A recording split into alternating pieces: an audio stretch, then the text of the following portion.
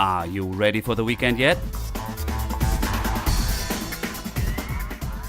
We have events, news, and a guest for you to enjoy this Lake Life weekend.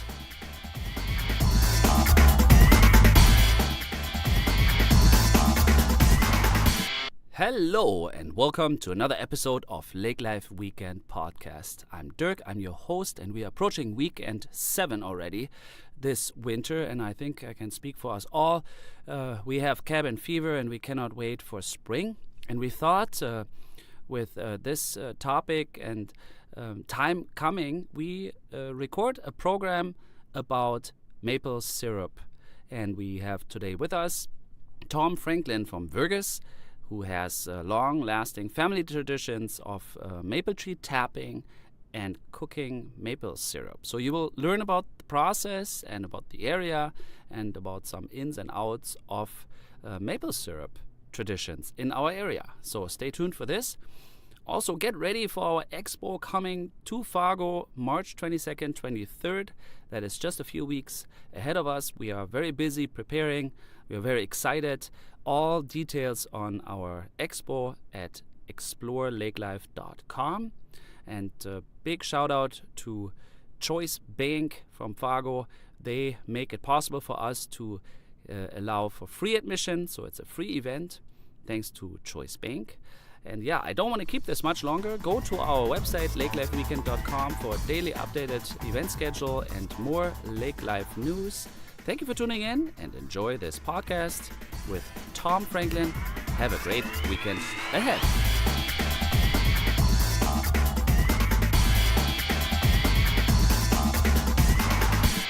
Welcome to our interview part. I'm here with Tom Franklin from Wknd, and we're going to speak about maple syrup production, a little bit of lake life. But before we dive into producing and tapping maple trees, why don't you tell us a little bit more about yourself? Are you from the area? Yeah. Have you moved here? Who is Tom? Hi, welcome. Yeah, thank you for having me. My name is Tom Franklin. I just live east of Wknd, and I live on a farm, and we've been tapping maple trees for quite a few years. My dad started tapping probably in 2000, but prior to that, my grandma used to tap trees many years ago, probably like in the 40s. And it's kind of heritage. Many people did it growing up around Wknd. Farmsteads did it, but we got kind of serious about 2000.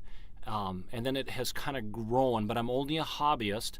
I'm not a what would one notch less than a hobbyist be?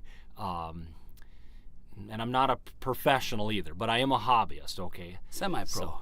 Well, I don't know.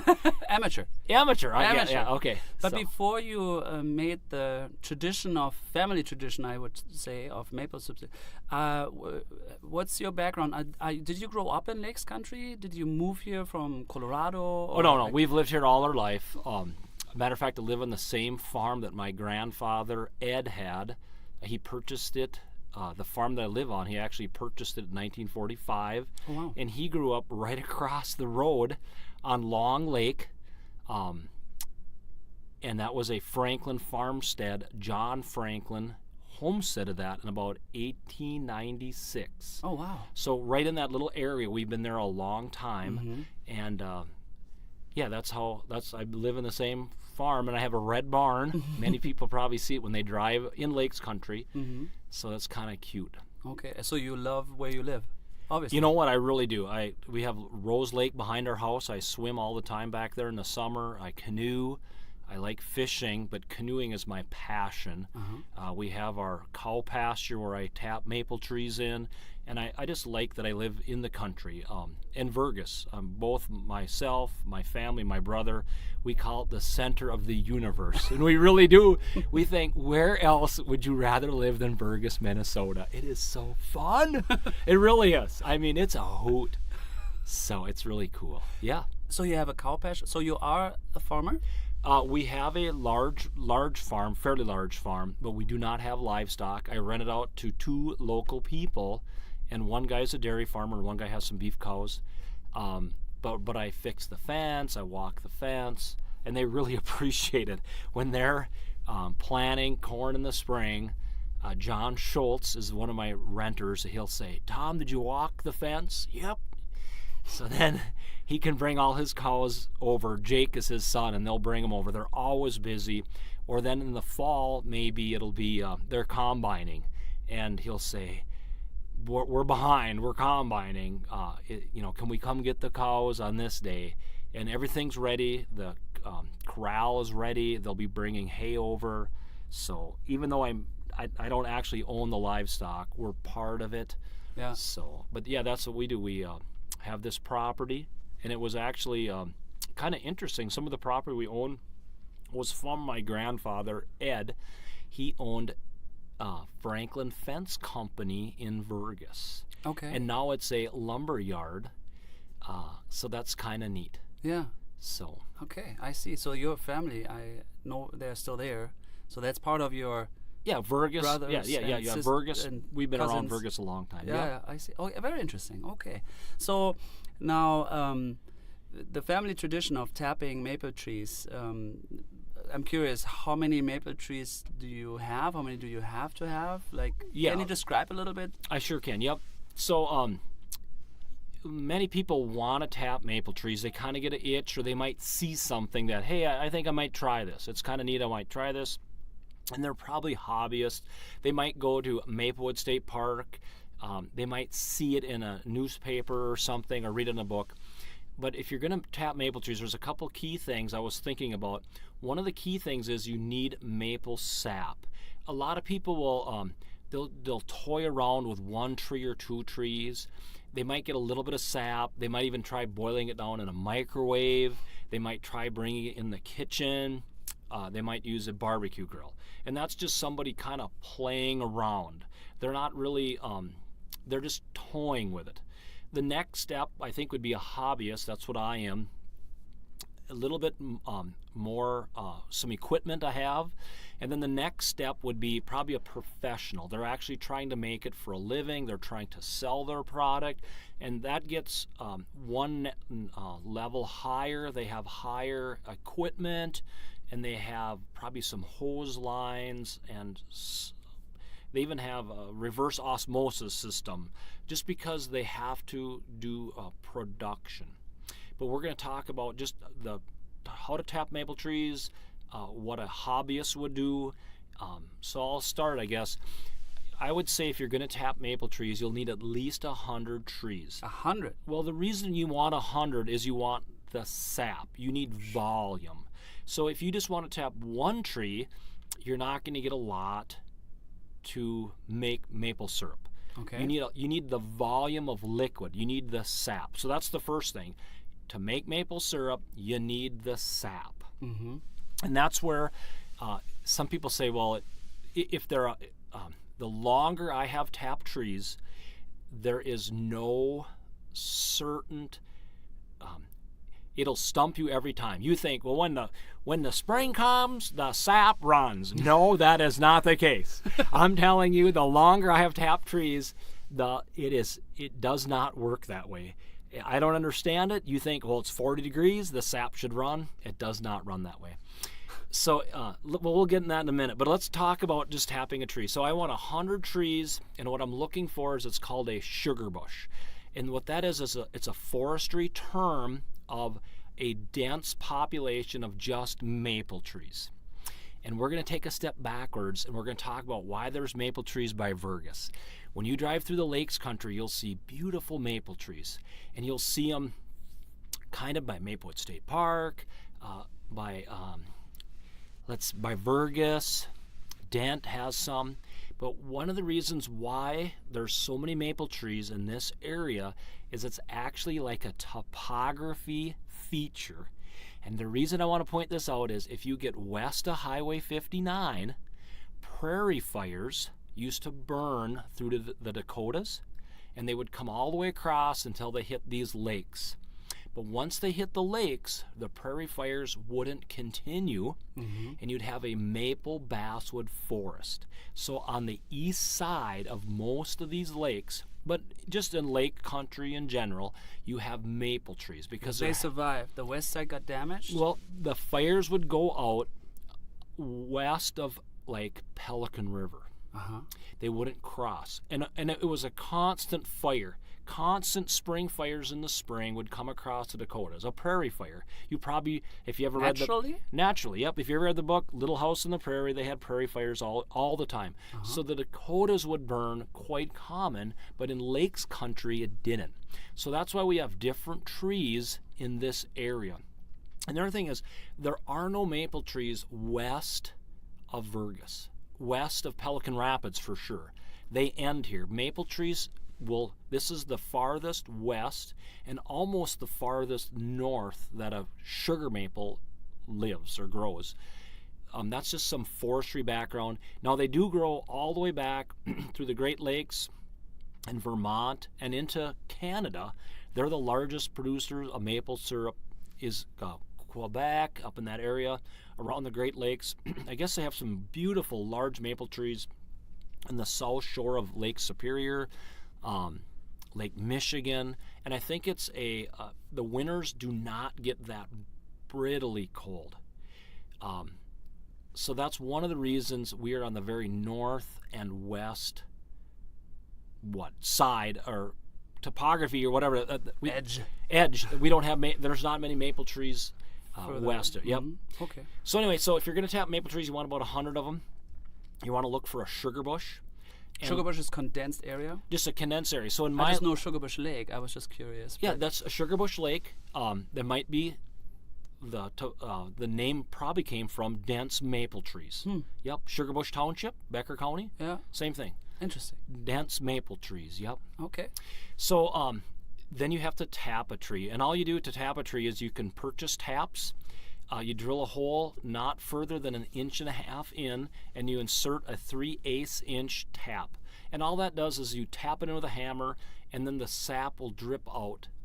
And everybody says, well, all you got to do is drill a hole in there, put a tap in, and it drips. And I'm telling you, it does not drip. It will run, and sometimes it'll run in the afternoon. And as the spring progresses, it will drip out a little bit or run. And then you have to collect it in some type of a container, a pail. I've seen bags attached. So there's a couple. If you will see a photo of a steel tap tapped into a tree, and they use a tapered drill bit, and then they hang a bucket on the tap. And then when it does run, you go pick up the bucket, collect it, and then you take it to your evaporator or your pan, and we'll talk about that in a few minutes. So now they use bags. You can use pails, whatever you want to collect it, but that's the secret. You have to put a tap in a tree, and you got to get the liquid. But it's a lot of work. So if you have 100 trees, you got to go collect 100 bags. But what you really want is you want the liquid.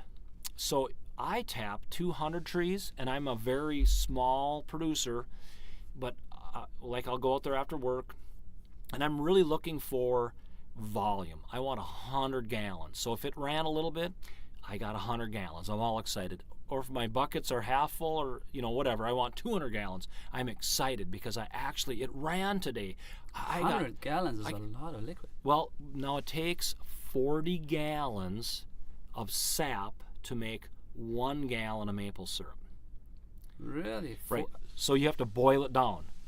40 to 1. 40 to 1, yep. It might not be quite that much. It might be 35, but usually 40 to 1. There's also 4 types of maple trees. There's a sugar, there's a red, then there's the sugar maple, red maple, box elder, and which one am I missing? Silver, sugar, red, and a box elder. Is that 4? Yeah, that's 4. So those are the 4 that you can tap, but we only tap the sugar maple because they have the most sugar content in the tree. The other ones, like a box elder, it's 100 gallons to 1. Oh wow! That's what I'm saying. So it's not even worth it. It's a lot of work. It's not worth it. And if you really want to just try maple syrup, just go buy it. Don't even monkey around with.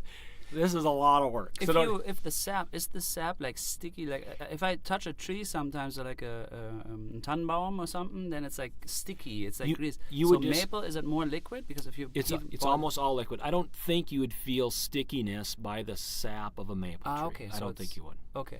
And it's kind of goofy. It runs in the spring, like I said. So people will start tapping about March, and it'll be over by May 1st. And some years it doesn't come out of the tree. I don't know if it's weather related, but if you have a good snowstorm, the maple sap will come out of the tree. So if you have a late spring and it's kind of nice, 40, 50 degrees, you have all your taps out, nothing's running, you're kind of frustrated. We're talking April? Yeah, April, and all of a sudden you get a big dumping of snow. Right before the snow comes, the maple will pour out of those trees. So it's like a weather event. Yeah, a low pressure maybe the event. Pressure, yeah. But the next time you think, oh good, here comes a snowstorm, it doesn't happen. I don't understand. But during the course of the spring, you will get maybe 3 or 4 runs. So what happens is your bags will fill up or your buckets will fill up. Then you go collect it, and then you have to boil it. And the reason you want to boil it is that's how you boil off the excess water. So here's where a lot of people, they'll say, well, we'll boil it out of a pan, we'll bring it into the kitchen, we'll put it in the microwave. The problem is you're boiling 200 gallons of sap, and you're going to condense it to 5 gallons of syrup. So you need a pan. And the pan, you need a large container. Yep, a large pan. So you'll have it made. You will go and have it made. And if you're a hobbyist like me, you will have just a flat pan. The sides will probably be 6 or 8 inches high on the sides, and it'll probably be about 2 or 3 feet wide by 3 or 4 feet long. And then you'll put a fire underneath it. And all you're going to do is you're going to boil it. You're going to collect the tree's sap, and you're going to put it in this pan, and it's going to boil with your fire. And then once, like I said, if you can condense 200 gallons, you'll have 5 gallons of syrup in that pan when you're finished. When do you know to stop? Or how do you get it? You know what I mean? Like, is it color? Well, there's density? a few things. Yep, there's a few things that you'll need, some tools. But one of so there's let's go back to this pan a little bit. Like for a hobbyist like myself, I just have a flat pan, and it's basically just like a large kitchen pan. But if you want to go one notch fancier, they have what's called a flue pan, and what that is there's little dividers in the pan that gives it more surface area to boil quicker. And then they even have a continuous flow system, and these are what the producers will have, and they have what's called reverse osmosis, and basically you can do that in your house. If you have bad water and you want to put a reverse osmosis system in, you'll have the most purest water you can find. Well, they figured out if they run maple sap through a reverse osmosis system, almost 50% of the pure water is taken out. So now you just have 50% less automatically to put in your fancy pan, and you cook it quicker. Interesting. But on my pan, it's just a hobbyist pan. It's completely flat on the bottom, and it takes me 1 quart of firewood to equal 10 gallons of syrup. So I can boil 10 gallons of syrup per 1 quart of firewood. What's a quart? A quart of firewood would be 4 feet wide, 4 feet high, and 8 feet long. Okay. And no, it doesn't have to be. You got that all figured out, huh? Well, and almost everyone uses firewood. Okay. So to start maple syruping, if you really want to start maple syruping, you have to get all these things ready. You need to have somebody make a pan for you, and there's a welder just south of Vergas called Backwoods Welding, and he will weld you up a pan. If you call him up, say, I want a maple syrup pan that's about 2.5 feet wide, 3.5 feet long, 6 inches deep, and he makes these. He's a welder. He's not a maple syrup welder, but he specializes in stainless steel welding. Okay, I was going to ask if so it'll be stainless steel. Yep, and then you will need a bunch of firewood. So you got to get all this stuff ready in the fall. And you need to put the pan on something. You need what I do, and this everyone has their different ways of doing it. But the fire actually has to hit the very bottom of the pan. You can't put the pan on top of a stove because the heat doesn't transfer enough. So the pan has to sit directly on top of the fire. But here's a secret. There can't be any fire going around the pan.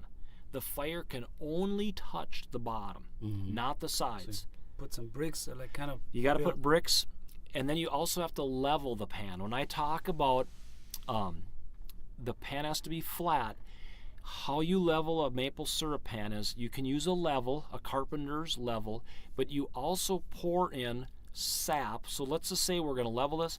I want to pour in 3 gallons of sap, and I want to check to see if this pan is level.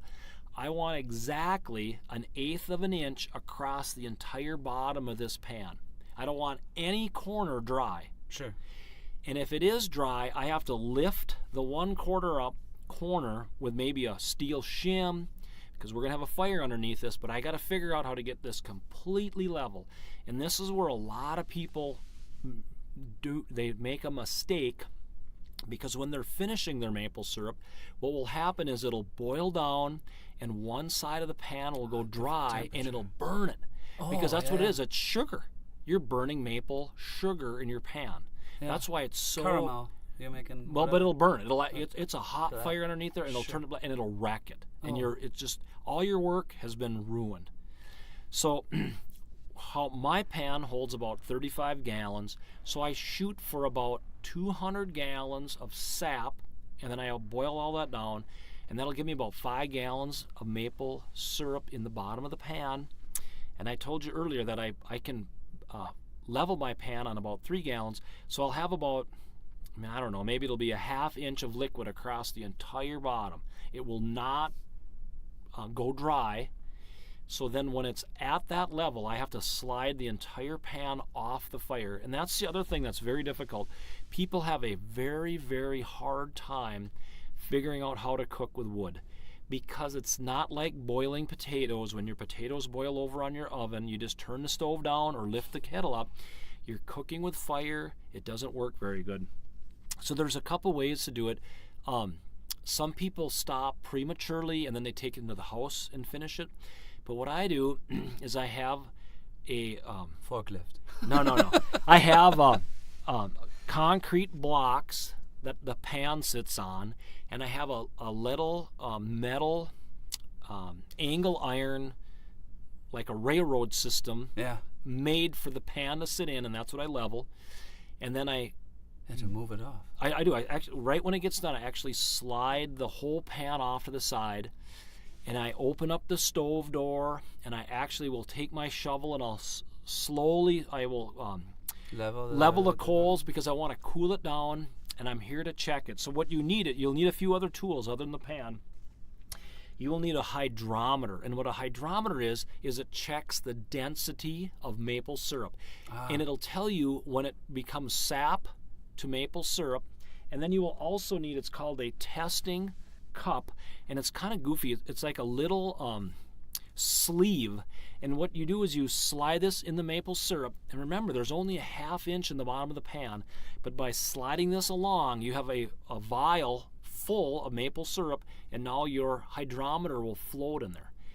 So when it gets close to being maple syrup, this is where everyone ruins it.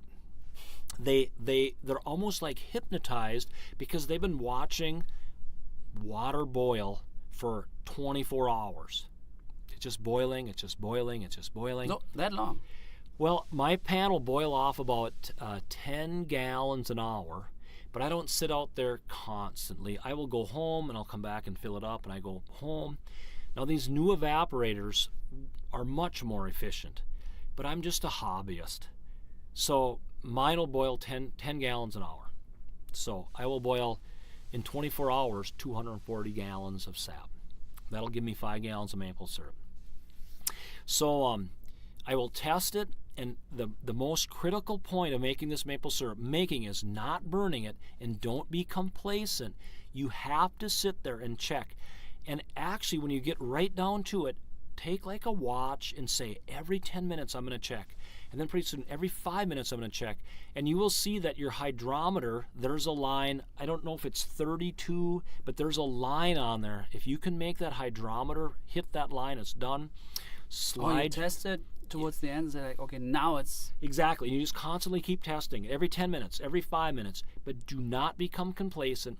And this is kind of a social event. You'll have several people out there. Your neighbors will come out there. And don't get talking. One person has to stay focused because you will burn 5 gallons of maple syrup in your pan and it'll ruin it. So then you slide it off, and now you have completed. I have 5 gallons of pure maple syrup, but it's not filtered. So I let it cool. I take that 5 gallons and I pour it into a food grade container. Now all my containers, the containers that hang from the trees, the bags that you mentioned, are all food grade. Nothing in this process should be not food grade. So after that maple syrup cools, I pour it into a food grade 5 gallon pail. I can get one from the bakery. It probably comes with baking dough in it. And then I bring that home. I've just completed my first batch of maple syrup. Cooled off? Or? Yep, cooled off. And I'm done. I'm done. I want to quit. Wait. This pan, does it have a It doesn't. You know, what is it called? A vent? Yeah, they call valve. it a valve. Some people have valves Valves, on it. yeah. I don't. I just So have a you straight plan. lift it then? I do. There's Actually, a lift tip or like a little where it floats out? Nope. Actually, all I do, it's kind of interesting. I just slide it off the side, and I take a small kettle from my house. I tip the pan up on the edge, and I just ladle it into this 5 gallon pail. Oh, okay. And then maybe if someone's there to help me, we pour the rest of it in. And then what you do is you can, now it's sticky because basically it's maple syrup that has cooled on the outside of the pan. And a lot of times it will be cold out. It'll be snow. So I put the pan back on top of the fire. I put snow or sap back in my pan, and I take a washcloth and I clean out the pan and get it all ready for next time. Because now my water is heating, my snow is melting, and pretty soon I have boiling water in the pan. I wash the sides down, I rinse the pan out, and I take the pan back off, and I just lean it up against whatever. So I've just washed my pan, and I'm ready now the next time the sap runs. Does that make sense? Is it the following year? Or is Oh no, there it'll run in 3 days, or it'll run in 5 days, or it'll run in a week. So it's a constant flow until the spring is a long Yep. harvest season. Oh yeah, so so if you're sitting around the coffee shop with a bunch of maple syrupers, they'll all talk. Did you get any maple syrup? I didn't get any yesterday. And you'll have phone calls. How much sap did you get? Didn't get any yesterday. Or someone will say, well, we got we average a half a gallon per tree. Oh, good, half a gallon, or a quarter gallon. That's a lot for one tree. No, you will get, over the course of the year, you will get several gallons, if it's an averager, several gallons of sap out of a tree. Yep. It sounds to me like bleeding it out, right? Oh no, the tree, nope. Well, I'm not even a hobbyist. I'm like a consumer. I'm like a very uneducated person. Yeah. So to me, it sounds like, why are you taking away all the liquid? Like, are we bleeding it out to death ever? No. So what is it actually? How much is in there? So the rule of thumb is you're supposed to tap one tree, about a tree that's about the size of a 5 gallon bucket, or probably about 16 inches around, let's say. Oh. One tap per tree. But if it's larger than that, But how long? It'll only run. It'll stop? It'll stop. Yep, it'll stop in about. As soon as the temperature gets warm, the bacteria of the tree stops it from leaking out. Oh. So it clogs itself. Clogs itself. It's almost like Really? if you had a cut on your finger. Oh yeah. It'll bleed a little bit, and then pretty soon it'll stop bleeding. And that's kind of what's happening to the maple trees. But if it's a large tree, you can put 2 taps in, and it doesn't hurt the tree. Many people have tapped the same trees for 100 years. I'm not kidding you. We've tapped our trees in the same spot since 2000, so it's 18 years, and you will see the hole that you've drilled before. It actually looks like a little scab, but after 1 year, if it's a healthy tree, it'll completely be covered up. Like a scar, it will be grown. Yeah, just healed. Healed, yep. But you can tell, because if you look on some of our trees, you'll see several years, there'll be these little bitty maybe like a mole or like a wart, bing, bing, bing, little like a woodpecker pecked a hole in this little tree. Huh. And it does not trickle out. And if you decide to take your tap out, it'll still leak out. It's almost like it's bleeding, like you described. Or crying. No, I wouldn't say crying. But that's what it is. There's sap underneath it. And so then a few So more you have finished this product in your bucket, you went home. So what's the next Okay, so step? what I do is I this is how I do it. I completely get all my maple syrup until it is finished for the year. And it'll only run for a month, and it'll be the end of April. It'll still be quite cool, and I am completely done. So now I take all my pails, and now I want to can it. And this is the other part that a lot of people have a hard time. They struggle with filtering and actually canning the maple syrup. So this is kind of interesting. A lot of people don't listen to how I do this. So you need to filter your maple syrup, and you need to filter it. There's a couple different ways. A producer will filter it through a press. They'll actually compress it, and it'll go through a cartridge. But a hobbyist like myself needs to purchase I think it's called a synthetic filter, and then it's a cone filter, and they stack on top of each other, and you buy them from a maple syrup supplier. But I do see that some of the hardware stores around here are carrying these supplies, these hydrometers, these test cups, and these cone filters. You can reuse them. You just wash them out and you can reuse them. But we used to try filtering it right off the pan, and that's where a lot of people do it. They try, as soon as it comes off the pan, they try to filter it. And I went to a maple syrup clinic a few years ago in Detroit Lakes, and one of the instructors told me just let it sit for about 10 days or 5 days.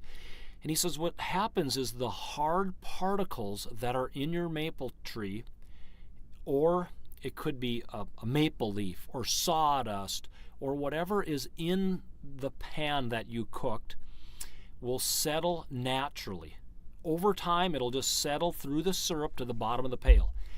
And if you just tip the pail and fill up a stainless steel container, 5-gallon stainless steel container, and you can see when I'm pouring this pail in, I'm pouring the liquid into the stainless steel container, the bottom of the pail will have heavy particles. The top part will be very clear. So stop. I can pour off 80% of the liquid into my stainless steel container. I still have 20% left. It doesn't mean that I'm not going to try to filter the bottom 20, but I'm just going to start with the top 80 to begin with. That's the secret. If you're having a trouble filtering maple syrup, that's the secret. Now I have to reheat this on my kitchen stove at my house.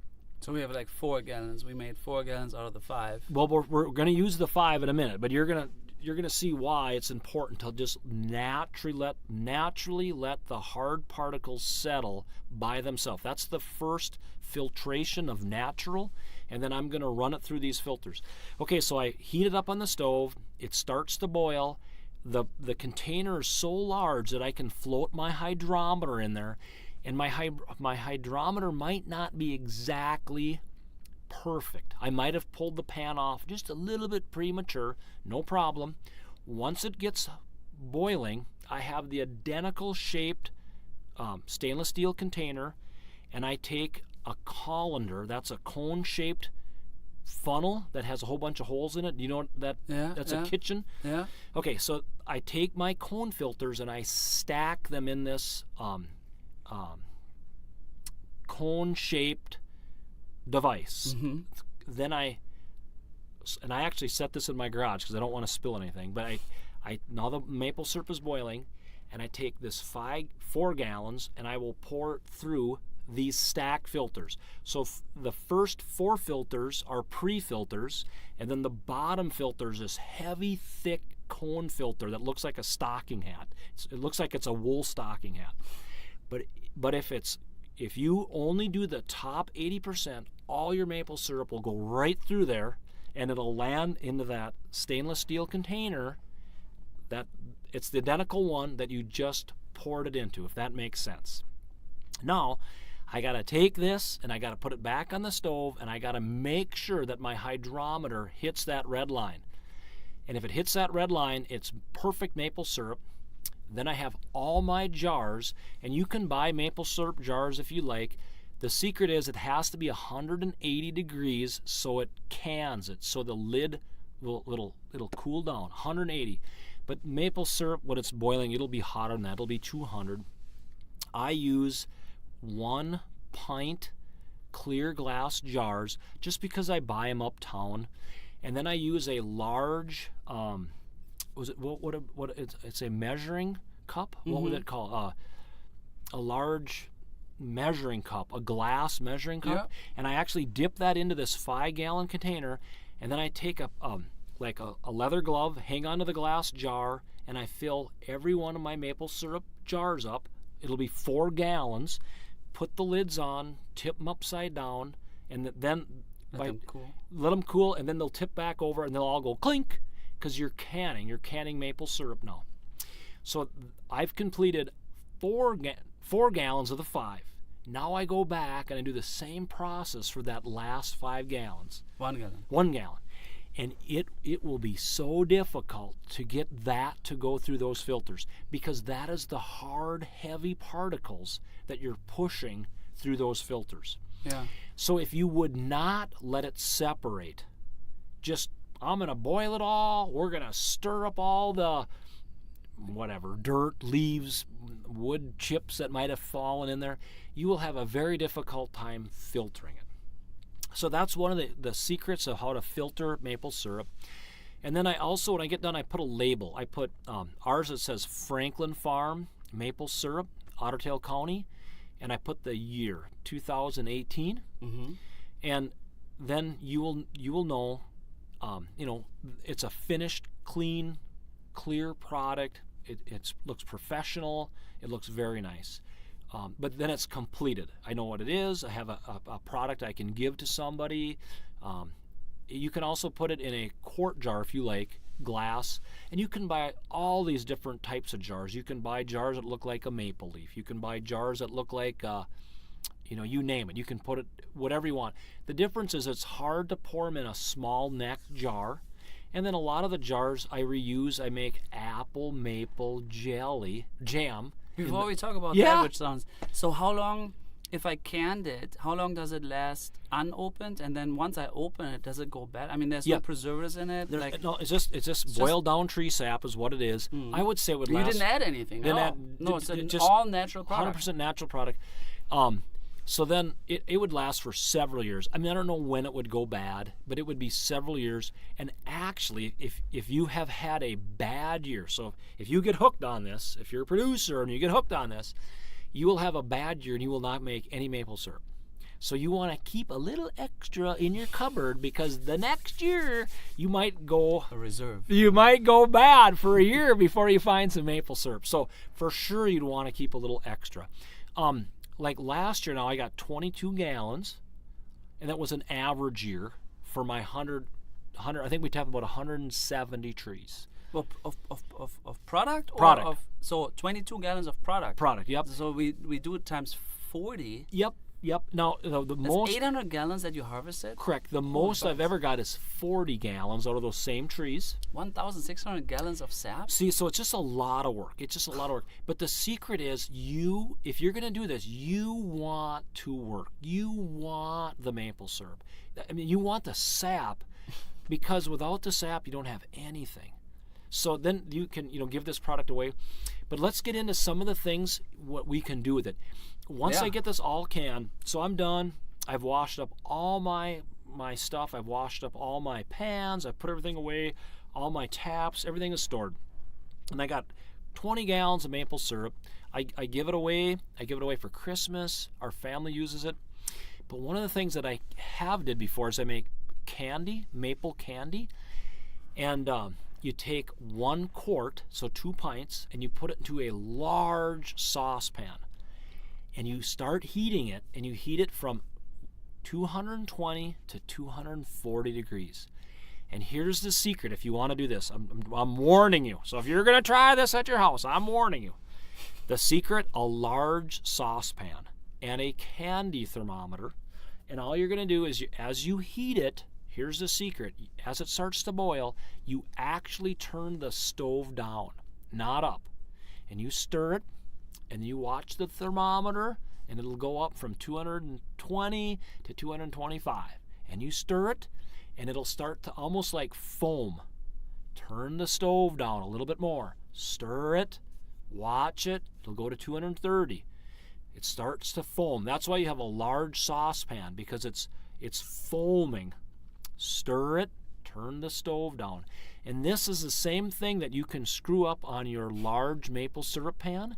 The fire's too hot. It actually foams and it'll burn up your maple syrup. So anyway, when it hits 240 degrees, just stir it and watch it, and by that time you'll actually have turned your stove down quite a bit. I just put it into a non-stick fry pan, pour it out thin, let it cool, and then I cut it with a knife slightly, and it'll break apart like peanut brittle, and it's pure maple sugar in a candy form. And it's tasty. You put it in little Ziploc bags and throw it in the refrigerator. If you want a shot of pure maple sugar, like a candy bar or like a gumdrop or it's like caramel. But it's hard. It's pure sugar. Okay. It's fun. I mean, if you get hooked on it, it's like whoa. And it's fun with kids around, or if grandma wants to try it. It's very fun. It's just a neat thing to do. But I'm warning you, do not let it boil over on your stove. Your wife will kill you. Large saucepan. As it boils, turn it down. And then another thing I do in the fall is I have apple maple jam. Apple maple jam.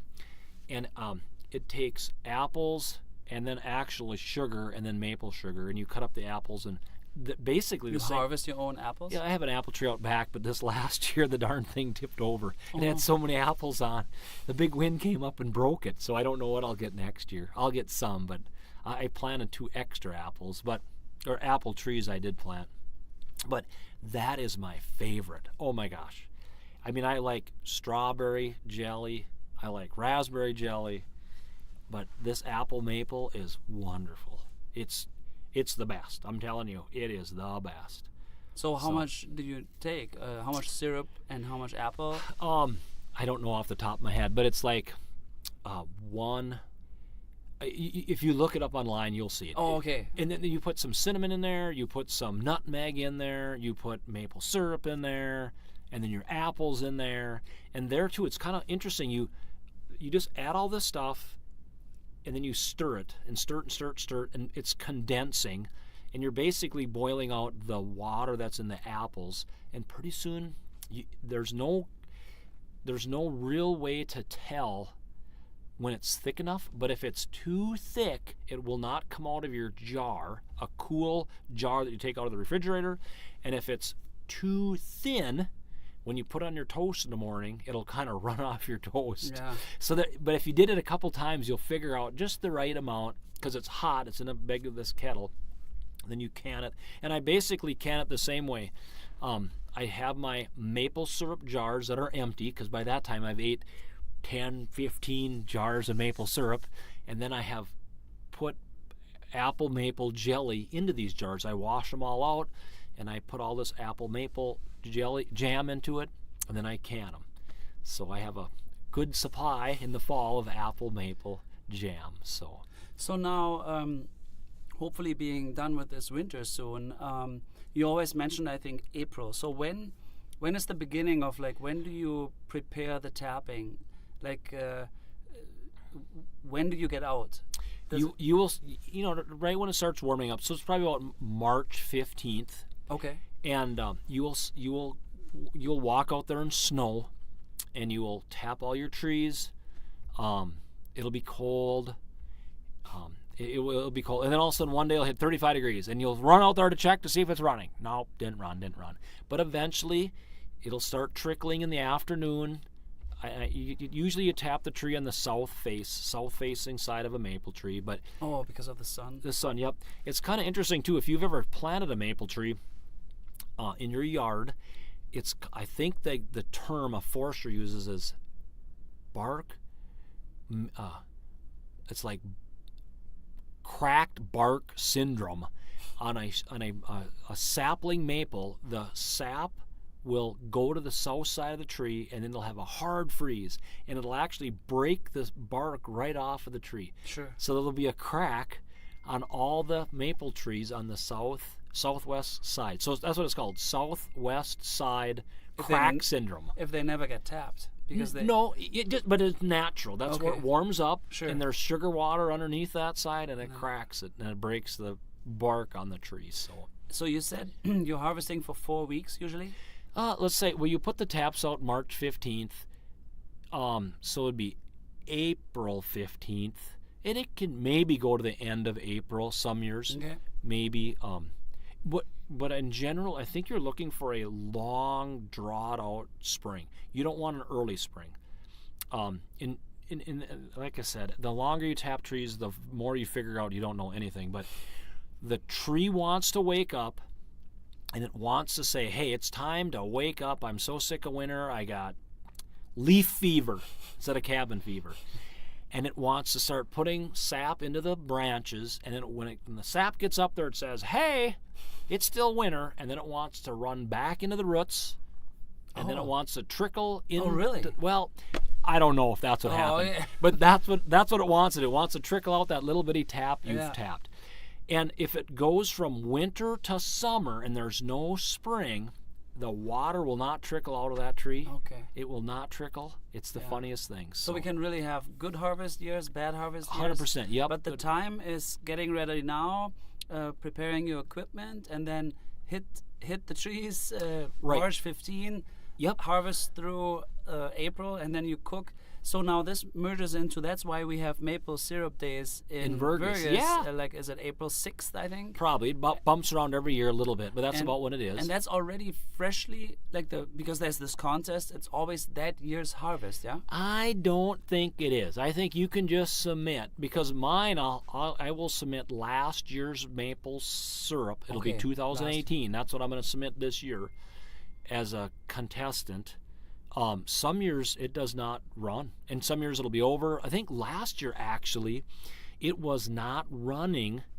It did not run until the month of April. Okay. Matter of fact, last year I remember it was so cold in April, so we had maple syrup festival, but it did not run until after the festival. Yeah. You can't peg it on a calendar. Right. But March, April is maple syrup season. So we have this fest coming up pretty soon, and I think in Maplewood State Park they also built like a demonstration. Oh, beautiful. They have a sugar shack, they have an evaporator, they have bleachers. You can all sit and watch sap boil. So this is something as an educational, or can you bring your buckets there and actually cook? They tap it for you. They tap it for you there, and you can watch it all. There's also here in Perm, they have a maple syrup clinic coming up in February, I bet. It says something like how to tap a tree from the tree to the table. And if you're interested in tapping maple trees, you need to get educated on this.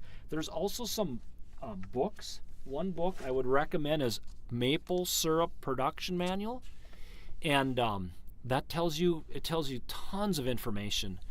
And then a leader it's called Leader Evaporators. That's just a large manufacturer of maple syrup equipment. You don't have to buy it from them, but it shows you what these different products available are, and just different ways of how to do it. A lot of that is way over my head, just because I'm not into production. I'm a hobbyist. And it's quite the social thing. One year, it was Sunday of Easter. We had 50 people come visit me in our little woods. It was just because they ate Easter dinner and they wanted to go out and take a walk in the woods. And there was 50 people that showed up. Oh, really? Yeah, they thought it was the greatest thing ever. And I never saw them since. I mean, they took off. And especially when it comes time to cleaning everything, you'll never find anybody. They're gone then. So... fair weather maple syrupers. Yep. Yeah. Well, that was really interesting, and I think we learned a lot. Especially, we need to find the trees. Yep. You definitely need trees, property, or something. But closing this, thank you very much. But Yeah, you're welcome. We already heard your passion about maple trees, but also swimming, canoeing. What makes it why did you never leave? What is making Lakes Country so special to you in general? The lakes, the quietness, the loons. I had a friend of mine ask, what was my favorite bird? And they thought for sure it would be the loon. They thought, I bet Tom likes the loons. And I'm a birder. I listen for every bird. I have a large feeder in my front yard right now, and I love loons. I mean, I can listen to loons. I sit on my porch. I have a screen porch. In the hot summer days, I drink a glass of iced tea at night, and I listen to the loons fly over. And I can listen to purple martins. But my favorite bird, I think, is a white-throated sparrow. And you hear them a little bit further north. They do migrate through here, and they will sing. But I think that is my favorite bird. But I'm an outdoor person. I really enjoy the lakes area. I like swimming here. It's just fun. I mean, like when you come to Vergas, everyone is having such a fun time. The cottage people behind my house, they are so friendly. They're just fun. I mean, you're here to enjoy life. You're here to celebrate the weekend. It is a hoot. I mean, even though it's quiet, the cottages are locked up and it's cold, but in the spring, it's fun to see the people return. They are so happy to be back. It's fun to see it's just fun to see the lake area come alive with summer people that just want to come and enjoy our lakes. It's just a blessing. We have one of the nicest areas right here in Vergas, Minnesota. Honest, it's so nice to live in Vergas. Yeah. Beautiful, just beautiful. And then a few other things. Vergas, it's kind of interesting. You probably didn't know this, but Vergas is on a hill, and some of water by Vergas trickles into the Ottertail River, and some of water trickles to the Pelican River. And on this ridge, it's a topography feature. Most people don't know this, but there's a ridge that goes from Fergus Falls, and it'll go kind of by Earhart. There's some steep hills, Maplewood State Park, steep hills, right through Vergas, and it kind of wiggles up to Detroit Mountain, and it keeps wiggling, and it ends up kind of near Tamarack Refuge. It goes north or it comes from Well, north? it's a ridge. Oh. It's a topography. I'm sorry. That's what it's a topography feature. It's a hill, like a mountain range, but it's really so some of the water will trickle one direction and some of the water will trickle the other direction. But on this ridge, some places it's very rocky and it was not farmed like for agriculture. And that's why right by Vergas, it used to be like, boy, that's some not good plowing land. There's rocks and hills, and that's not good for ag. But what it was is, since it was a topography feature, that's why it's so beautiful. Hills, never farmed, beautiful maple trees. That's why it's so neat. Yeah. So if you go west of like 59, most of the fields were plowed. Yeah. And if you even come on this side, there's a lot of places that have been plowed because it was tillable. But there's a special ridge that runs right up through Maplewood State Park, right through Vergas, and it continues right up by the Detroit Mountain, and then it continues into the Tamarack Refuge. Interesting. Yeah, I did not know that. Yeah, kind of neat, huh? Yeah, it is. Well, thank you. Sorry. I think I will consult you for some more insider stories from the area in the future. Okay. Well, thank you for having me. It's been a real pleasure. Yeah, thank you. And then see you at Maple Syrup Fest in Vergas. Yeah, I hope you're a judge. I don't know, but I will attend with my son and try your syrup for sure. Okay. Thank you for coming out. You're welcome. Thank you. Yeah, this was already our newest episode of the Lake Life Weekend podcast. We sure hope you enjoyed it. Tune in again next week with another great guest and updates.